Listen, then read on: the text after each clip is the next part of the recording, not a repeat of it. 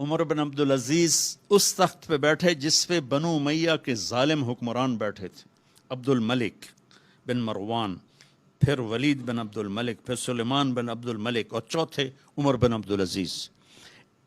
عبد الملک ان کے سگے چچا تھے، عمر بن عبدالعزیز اور عبد الملک بھائی تھے، مروان کے بیٹے تھے۔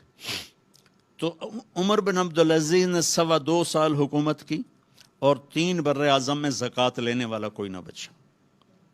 3 بر اعظم پہ حکومت تھی، جنوبی فرانس سے لے کر شمالی افریقہ تک اور ملتان تک اس بندے کا جھنڈا لہراتا تھا، اور 3 بر اعظم میں زکوٰۃ لینے والا کوئی نہ بچا، کہ پہلے خزانہ اپنا سمجھ کے لوٹتے رہے اور انہوں نے خزانے کو امانت سمجھ کے استعمال کیا۔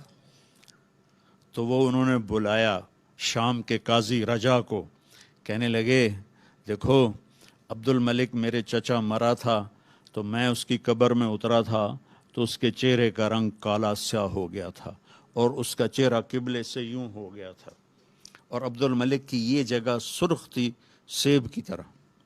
پھر میں نے ولید کو قبر میں اتارا، وہ اس کی کفن کی گیرا کھول کے دیکھا تو اس کا چہرہ ادھر تھا اور کالا سیاہ تھا۔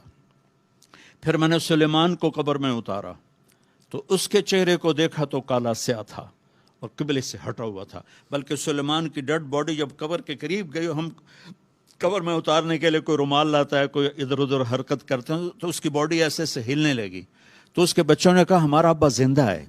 عمر بن عبدالعزیز نے فرمایا زندہ نہیں، قبر کا عذاب شروع ہو چکا ہے۔ اور یہ ان تینوں کا جرم کیا تھا؟ ظالم تھے، بددیانت تھے، قومی خزانے کو ذاتی ملک بنا لیا تھا۔ یہ کیا سمجھتے ہیں حکمران کہ یہ مزے کریں گے؟ ان سب کے ہاتھ ایسے بندھے ہوں گے قیامت کے دن۔ یہ جتنے جج صاحبان ہیں یہ کیا سمجھتے ہیں کہ ہمیں بڑی اعلیٰ پوسٹ ملی ہوئی ہے؟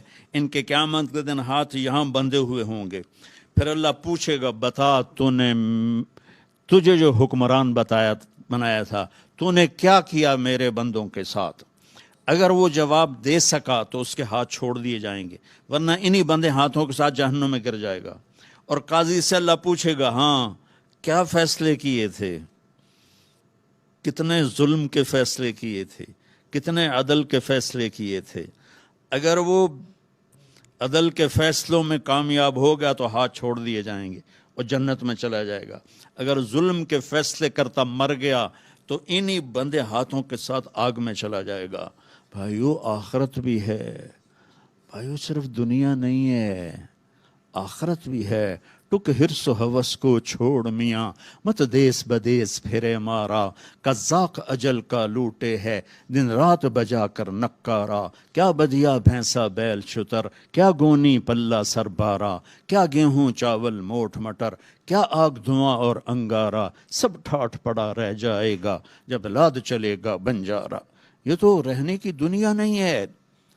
الدنیا ثلاثۃ ایام، میرے نبی فرماتے تھے میں پاؤں اٹھاتا ہوں تو رکھنے کی امید نہیں ہوتی، سانس اندر لے جاتا ہوں تو باہر نکالنے کی امید نہیں ہوتی۔ تو بھائیو اللہ کے واسطے اپنی آخرت کا سودا نہ کرو، دنیا کا سودا کرنا پڑے تو کر دو۔ کیوں حسین ذبح ہو گئے 72 سمیت، اور 16 اہل بیت اور باقی جان نثار، کیوں اتنا قیمتی خون ذبح ہو گیا؟ کہ ایک طرف دنیا تھی ایک طرف آخرت تھی، انہوں نے آخرت کو گلے لگایا، نیزوں پہ سر چڑھ گئے۔ عاشق کا جنازہ ہے ذرا دھوم سے نکلے، محبوب کی گلیوں سے ذرا گھوم کے نکلے، چڑھ گئے نیزوں پر، اور یزید نے دنیا بنا لی، آج تک لعنت پڑ رہی ہے۔